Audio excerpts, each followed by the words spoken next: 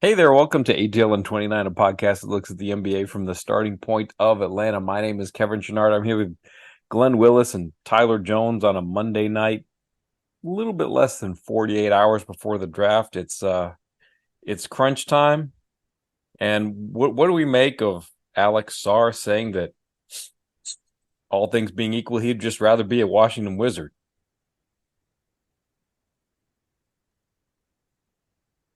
I mean, it's it's hard to know. Is that coming from his reps? Is it coming from him? I mean, he's in interviews, he's always said nice things about the time he lived in Atlanta when he was part of OTE and said nice things about the Hawks. So it's just, it's hard to know. I mean, everyone's like jumping up and down about Bill Duffy and because of the history with some of his players he's been repping in the Hawks and things like that. But honestly, I don't put any energy into it because I mean, how can you, especially this close to, how do you sort out what's real, what's fake, what's half real, half fake, And so I'm just ready for the draft to get here so I can see what happened. And, I mean, I'm not going to lie, I'm following all the reporters who have some sourcing and things like that too, but just ready for the draft to get here.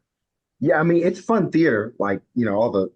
I mean the draft is a show, like and so like something as SAR preferring the Wizards and not coming to meet the Hawks, like it's good entertainment. I I I talked about this on Brad's podcast, Oh, unfortunately, but uh I do think it's a little weird that he won't even meet with the Hawks. I don't necessarily think he even has to work out with them, but that just strikes me as like, why are you taking away the opportunity to be the number one overall pick and make the most money? Uh, so like, I just don't.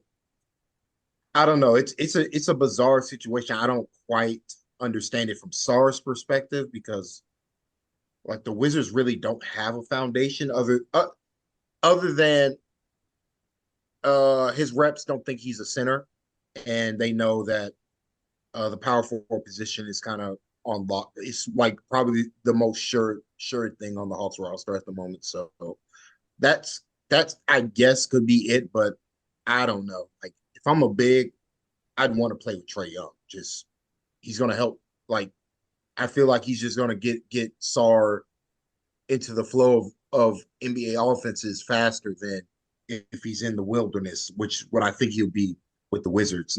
Not trying to disrespect them as an organization, but the players on their roster, like they don't currently have a starting point guard.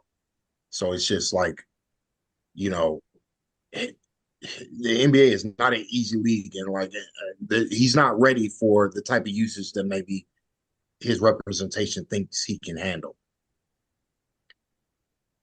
yeah, it's curious. I, you, I, I see that path to power forward, but seems just, I don't know. It's just bizarre. I don't have a good. It doesn't seem like he's setting himself up for success, but like in any team, like where unless he like goes to San Antonio or something, it just doesn't seem like he's in a Yeah, because I kind of that's spot. also a good point because I'm pretty sure the Wizards are going to push him to center. I just think that's his natural position. That's where he has the most advantages skill wise. Like as a power forward, he's not even. Like to me, he's not even where John Collins is right now as a power forward. Just like he's got a he's really got a long way to go just to really actualize his skills at the moment, which are impressive for his size, but like modern day power forwards aren't going to allow him to dribble. Like the the NBA is not what the NBL was or what he was playing against OTE. Like these guys, like modern day power forwards, are good perimeter defenders, and so he's going to have to really develop other skills to take advantage of his height, which is primarily in the post, pick and roll, um, screening. Like if he can, like to me, if he can really get a handle on the big man stuff, that'll his forwards, like his guard like skills would pop more going up against other bigger players. But like against power forward, like I just don't I'm not at right now, at least I'm not seeing it. At least offensively. Defensively, I don't think it matters too much. Absolutely. I mean, it's prediction time. And not necessarily who the Hawks draft number one. We've got a long history of famous players in Hawks draft hats who never actually played with the Hawks. So beyond just who gets picked number one, like who's sort of the top Hawks draftee 72 hours from now. I mean, I still think it's Klingon. Uh, I I just feel like the fit, and the more I watch him play, the more I feel like he's the type of basketball player Quinn wants at any position. I'm just being honest. Combine the fact that he's a center, like I'm speaking purely on the offensive end because I that's where I think he separates himself from Sar and other big men of his caliber. Like take for example, Derek Lively, who the Hawks I think had real interest in last draft. Like just Klingon's just ability to operate DHOs and also operate as a hub offensively is just unique for his size. It's just not that like people could talk about his deficiencies, maybe vertically as a vertical spacer, but like to me, I'm like just the ability to give the basketball to the center and trust him to make the right read to get you a great look, whether it be a DHO or a cut to the rim, because he can make those types of passes consistently without turning the ball over. Like that's just such a massive advantage when you combine that with his post play and his finishing. I don't know. I just feel like him and Trey could do real damage in Atlanta. Similar, again, I said this on Locked On, similar to what Marcus All and Mike Conley used to do up in Memphis, where I'm currently residing. That's a good analogy. Glenn? Yeah, I mean it's funny because listen to Gavoni. Gavoni won't come off of Ricochet, right? Yeah. It's gonna be a shock if it's not Ricochet, you I know. mean, That Vegas agrees with that's him. weird. I That know. that that's weird to me. Where it'd be a shock. Like I don't. To me, I don't know if there's any pick the Hawks can make that would be surprising. Um, like I just based on where the roster is and what they want to do, like they can go in a lot of different directions based on who they pick. So I don't see why it'd be a surprise. And so like this that feels aging, if that makes some sense, Kevin. Like I don't know, but I mean he Ricochet might very well be the number one overall pick, but uh like I don't know. I'm so tired of speculating what the Yeah. Hawks may or may do. I mean, you try to connect the dots on all the Yeah. reporting. It's a dangerous game because you again, like who's putting out what, smoke screen and stuff like that. But it does seem like the Hawks might be trying to interest the Spurs into moving up for Ricochet. Like that reporting is out there. I've said all along that to me, like the decision they make around what position they draft at, a lot of that just comes down to how they feel about a Kongwu being their starter for the next 2 or 3 years or not, right? I think there's a lot there. I think we could have a long conversation around is a Kongwu good enough to let you talk yourself out of taking a guy with elite rim protection skills and other skills that Klingon has. Like there's a real conversation to have there. There's a lot I really like about Kongwu's game. The Let's talk guys who can about that protect the guys who because can protect the rim like Klingon are, I mean, they come along like every 12 years, whatever. It's that level of rim protection you're getting. Um, and then other reporting suggests if the Hawks are going to take Klingon, they'd like to trade back, but it seems like Memphis is trying to get to three, maybe, with a trade. And which means that you can't go back very far if that's what Memphis is up to. And then we hadn't really heard much about Matas all the way up until just like the last 24 hours, and now I'm hearing a lot of scuttle around the Hawks really kind of looking in his direction, and we barely talked about him on this pod because there hasn't been really any reason to based upon the reporting that's going on. But if Hawks fans haven't looked at him, they might want to go kind of get a scouting report or two on YouTube, kind of to consume that. But I mean, the interesting thing about him to me is his confidence, he's way more aggressive than Ricochet. Like he's just a different person in that way that he thinks he can do anything. He thinks he can Yeah. accomplish anything. He thinks he can develop any skill. And there's good and bad to that, but I think organizationally, you're talking to young kids and you're trying to figure out who has a desire to be great. You hear NBA players talk about time. He wants to be great. Like that's a phrase they'll use when they're talking about young guys. And that's what he sounds like, as a guy who really wants to like really hit like, his stride. And so that's an interesting kind of, thing to me. And to me, like the guy who is gonna like split the class, the top five or whatever, is Reed Shepard. Like where does he go? Because he's very highly regarded too. But so for me, I'm just trying to kind of really keep an open mind on that. But you know, I think Klingen makes a ton of sense for where they are, unless they just really want to commit to a congruent center as their starter. Then they basically have to. I wouldn't say have to, but they probably need to go a different direction if that's what they think of a congruent. The Well, that's only a terrible thing with prediction. yeah, but it's He tough covered a because lot of bases. it's like the Hawks can't like literally do anything. But I want to harp on the Congo a bit because like his past season, you could argue was his worst season of his career. Uh, Particularly on defense. I granted it was a different scheme and it was a different context, but I mean, they were nice. The Hawks were uncompetitive when he was on the floor defensively. Just uh, especially on rebounding and rim protection were both. I felt like he slid way back than where the level that he's shown in previous seasons, and so this kind of I do wonder a bit how much does Quinn actually like Okongwu as a player because when he first came, Okongwu's minutes immediately went down. Uh, like he was only playing night, he was playing Capella way more, and then they were splitting. I mean, they were even splitting it this year, but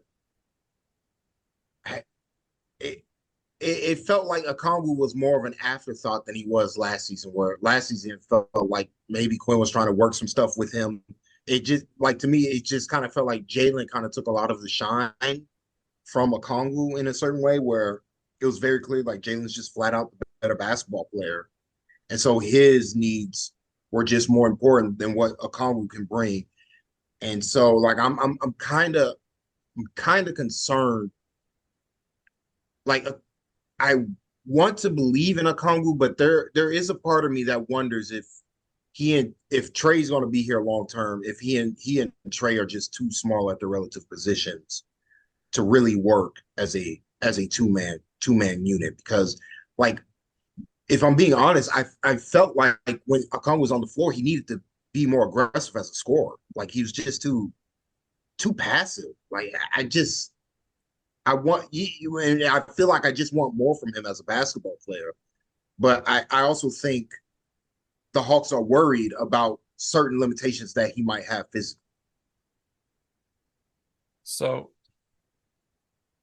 I still want to chide on Glenn for not like going, this Picking, is my prediction. yeah, I'm going to slip mine in, but I also have a question that goes back to what Glenn said. So I'm just going to say Klingon with Reed Shepard is like this out of left field dark horse. And then I want to ask you, okay, so let's say the Hawks do believe in a Okongwu. Can they live? Let's say that they could get Brandon Ingram for DeJounte Murray, at least, with that as sort of the framework of a deal. Can you go with Reece Archie, Jalen Johnson, and Brandon Ingram as sort of your supersized 2 through 4 and live with Trey and Okongwu that way? I think that's the pathway forward. If they're going with the Congo, they got to actually build around it. And I think like it has to be with long athletic players in the 2 through 4 positions where it can't be the Sadiq Bey, DeAndre Hunter types who are ground bound. Like you got to get more verticality across the board. And like Brandon Ingram, like he's not explosively, but he's a much better athlete than either Bay or Hunter, just functionally. And so is Shea. So like that's a viable pathway to me if they're if they're building around Conley and they're committed to Shea, who I like. And but that is the way to build around. Yeah, I think there's some things to figure out offensively there. Like that's another one where having Bogey is a luxury because like if that group gets bogged down offensively, you can just throw Bogey out there, to kind of help with that. I think I still think he's so underappreciated for just how much he helps everyone on that end of the court. So Bogey's in. I feel better about that group with Bogey kind of in reserve there, and even as a guy who might, I mean, Garrison Matthews, if he's back, Garrison Matthews at least just create space, for you, Mhm. and that sort of thing. And so I don't mind that, at all.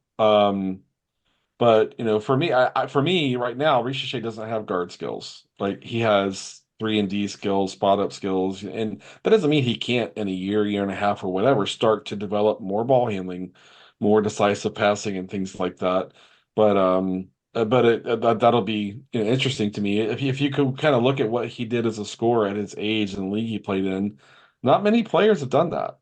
No. So, but again, he was functioning more as a secondary scorer, secondary creator, but at age 19 in that league is, pretty impressive. So to me, it kind of just goes to personality. Like I don't know, obviously I don't know him, but based upon what I've read, he's willing to be more of a complimentary, player. And you need those. Like I'm not saying that as if that's a bad thing. You need those, right?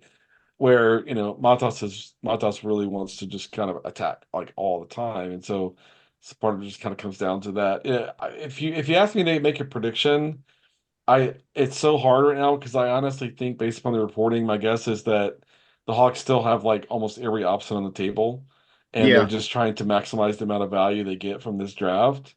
But I I honestly I have a hard time seeing Quinn pass on a guy who brings the amount of rim protection and the offensive continuity that Klingon brings. And so I think they want Klingon. I think they'd love to trade back a few spots and get a little bit more value to do that. I think, and my guess is they're trying to see if they can make that happen. But I think he's most likely. I don't know if the reason that we talked about the Vegas odds and Ricochet's number changing on the board. I don't know if that suggests that someone has some intel that the Spurs are going to try to trade up to get him, Ricochet. But a reminder, like Vegas's objective is not to be right, is to get your money.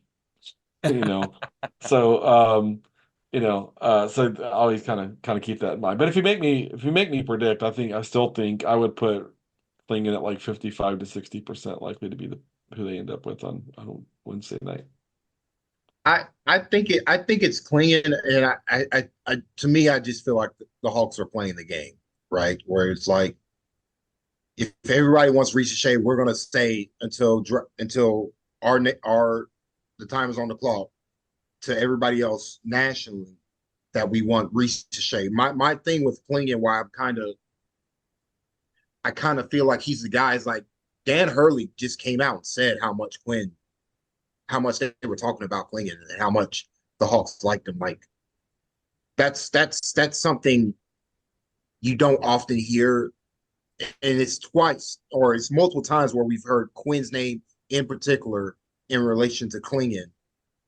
So to me, I just and combined with the fact I've watched so many of his games now, and I'm like, this is the basketball player Quinn wants to play.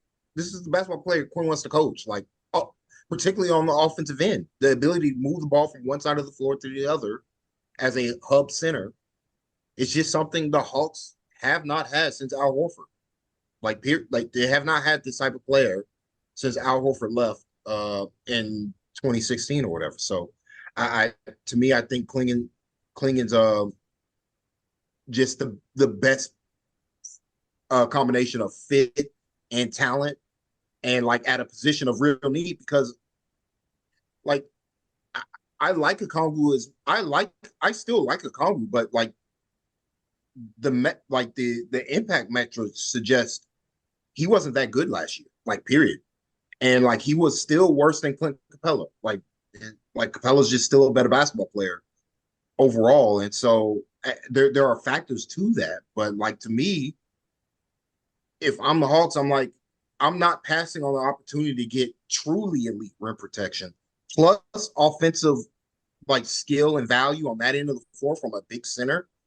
Those are not easy to find. Like the Walker Kessler compares. If Walker Kessler was this type of offensive hub, the Utah Jazz would be starting him and he'd be playing 30 plus minutes every night instead of what they were doing, which was kind of picking and choose when he could play just because he really like Kessler's a limited player. Like Derek Lively was not this type of offensive hub for Duke or for the Mavericks. He was more dependent on what Luka was offering him, and then making the necessary reads off there. I'm not saying these guys aren't good players, but Kling has more self creation in him, in a sense, not necessarily to score, but to generate good offense due to the way he plays. Well, I wasn't necessarily expecting the picks to be that much of a consensus, so maybe we'll walk down that hallway a little bit. If it is Klingon, what's going to be next for the roster? Like, what do you think happens if they pick Klingon? I think mean, that Sorry, go ahead. yeah, I was just saying you gotta address the overcrowded center room, right? I mean, somebody's got to go. And honestly, to me, look to um I would look to honestly trade both centers and try to find a veteran center on the free agent market for cheaper to really maximize to because like even right now currently the Hawks have been overcommitted to center with this two starting center rotation thing. I just feel like the Hawks are too committed to one position that's not truly elite. And like if you get Klingon, it gives you an opportunity to maybe spread the wealth out a bit more to the rest of the roster where you're weak at, which is shooting, truthfully, and perimeter defense.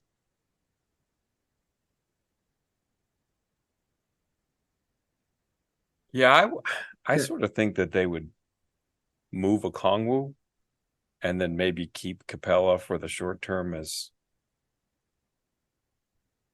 more of A a bridge. tutor bridge. Yeah. The Yeah. Klingon's obviously not going to be ready for very many minutes the first season. I could see them kind of keeping Clint through the end of his, through the end of his deal or something like that, or maybe keep him even to like the trade deadline or something. But then maybe you would get off of Kongwu and then look to the veteran market. Is there any, if they draft Klingon, is there any sense to wanting maybe somebody else not as, or to be not as committed financially at center because you want Jalen Johnson to play some center? Because it Yeah. seems like even like when you play a Kongwu, it's like, well, you got to have Jalen Johnson out there with him to rebound. Well, if that's the case, Pace, why not Jalen just play? Johnson can just be the rebounding center himself.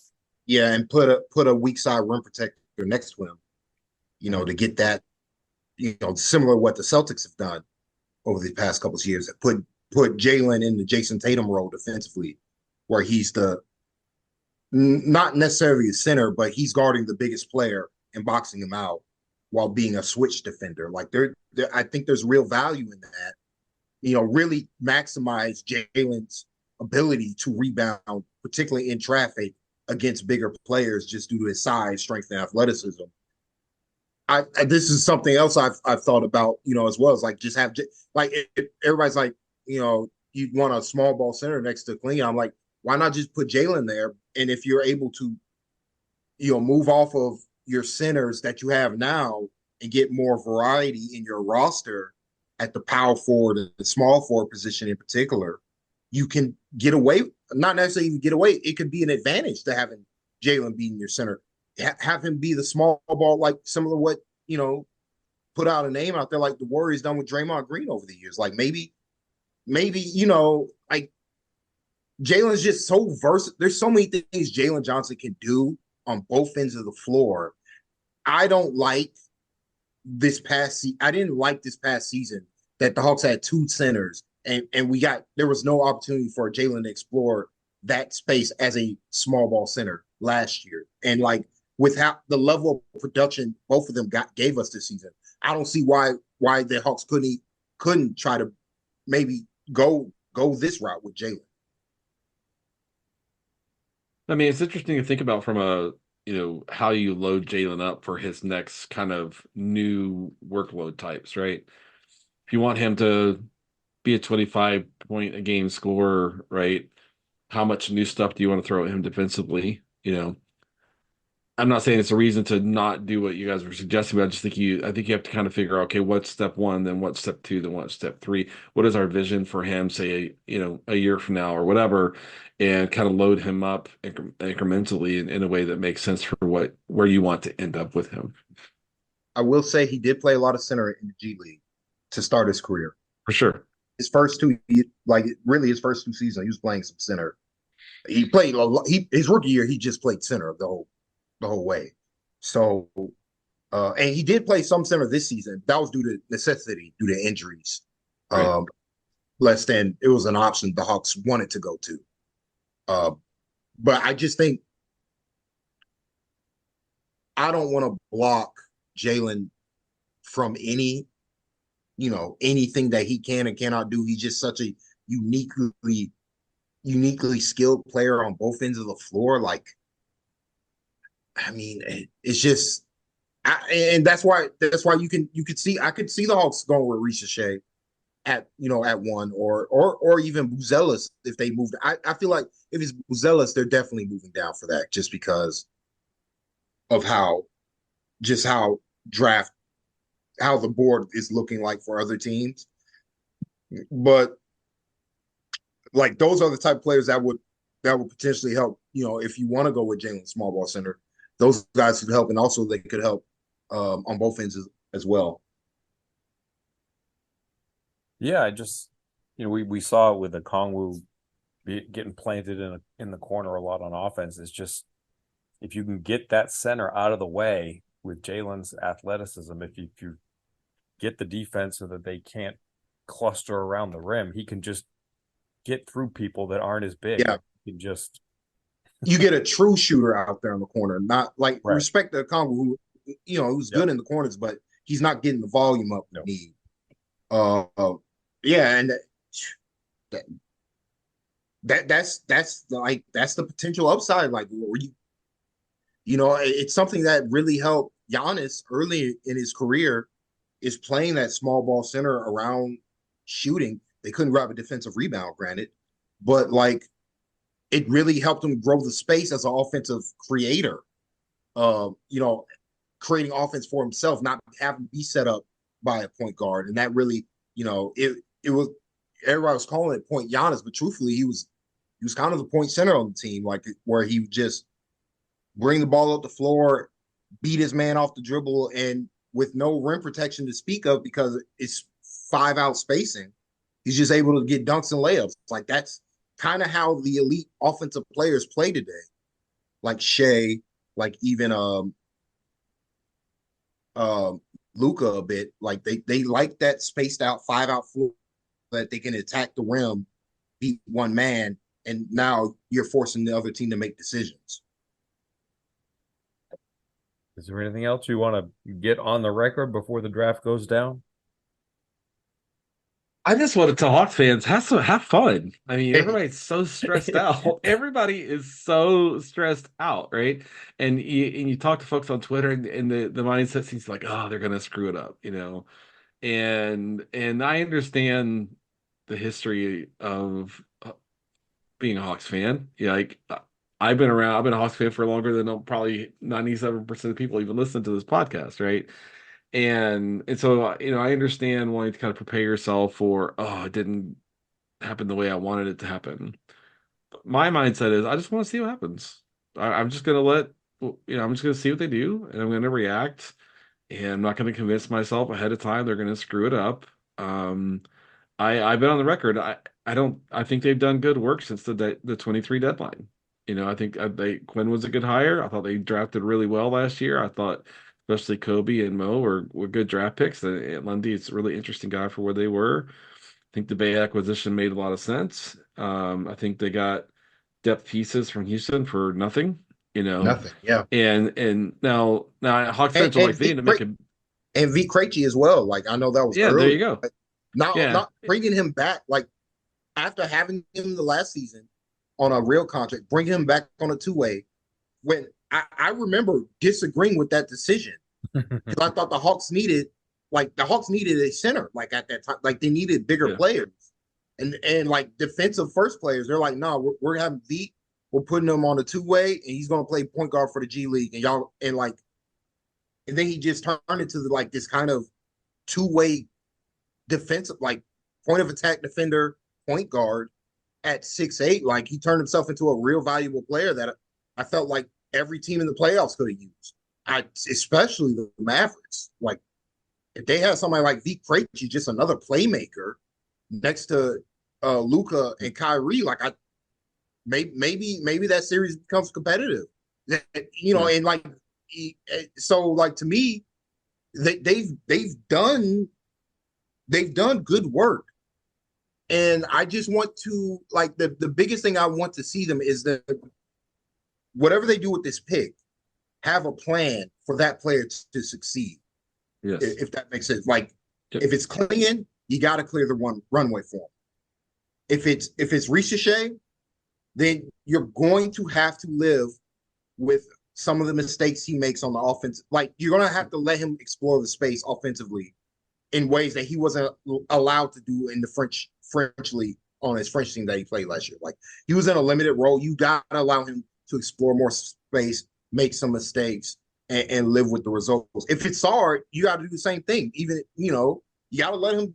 You got to let him do some of this stuff so that he can see what he can and cannot do at the next level. Like there's just levels of you gotta make whoever you're picking, you gotta build the roster so that they can be the best version of themselves as possible. Yeah. Yeah, and I know Hawks fans listening might be like, well, when they haven't made a big move that really moved the roster forward. Okay, but the DJ trade, I like DeJounte Murray, but they paid whatever the asking price was, it seems like here's the price. Oh, sure, and other moves like we could talk about, giving Herder away, like, giving JC away, things like that. So we haven't seen something like that since the 23 deadline, is what I'll say. So Hawks fans are like, yeah, Glenn, but I want to see a big move that really improves this roster. Totally a natural thing for a fan to want. Completely. I get it. I understand it. Hey, we talked about earlier, more size in the wing, more defense, more defensive depth, more defensive capability. I think that's what Hawks fans are all looking for. But for me, I'm not going to, prejudge, things. I want to get to Wednesday, see what happens, and then I know we'll jump on and hit the record button and kind of unpack it. So look forward to that conversation in about 48 hours from now. It's been rough for Hawks fans because it's like you get the number one overall pick and it's just supposed to be Nirvana for 2 months, right? Like in Yep. 85, the Knicks have Patrick Ewing lined up for that number one pick, and everybody's just like, oh, this is so great. And the Magic when they got Shaq is just delirium, or the Pelicans when they got Zion, everything is just perfect for 2 months. Like Hawks Or the fans, it's Pelicans just when been they this got Anthony Davis. horrific grind in the worst possible draft to get number one. It's just misery, and it kind of stinks for Hawks fans, but at the same time, like I, I have a little bit of faith in the Hawks front office because it does feel like nothing has been telegraphed. Like we're Yeah. still, it doesn't feel like they've devalued that number one pick because everybody knows what they want. It feels like they've played it close enough to the vest that if they if there's an opportunity to extract value, they still can because it doesn't feel like they've completely tipped things off. Yeah. I think if you gave Landry and the rest truth serum, I think they'd say, we'd love to get Klingon and we'd love to get another pick by trading back a few spots. I think if they could like draw it up, that's how it would go. But we'll see how it actually goes. And to get another pick to use that to acquire a different player. Like not necessarily even to take like another rookie. Like if they're going to get another pick in this draft, like use that pick in combination of other stuff to improve the roster that way as well. Like less so about the the the the player that they might draft with that extra pick, more about just having the asset, another tool in the toolbox, because they're just asset poor. Like they're out 25 and 27 first round picks, and they got a pick swap in 26. So Yeah. they Yeah, I mean that's certainly an option, but if they can get to like 9 or 10 or whatever, and there's someone they're like, oh, I didn't think this guy would be there, then maybe you do make that pick, but I think you keep options open. And to me, the reporting suggests, 2 days away, and I think basically all options are still on the table. That's what I mean. We don't know, but that's to me the reporting is so broad, and it's there's yeah, so many scenarios being reported that it seems like that's where they are, and I think that's a good approach. Fair enough. All right. It's about to go down. Yes, sir. Good night, Bob. Good night, Bob. Good night, Bob.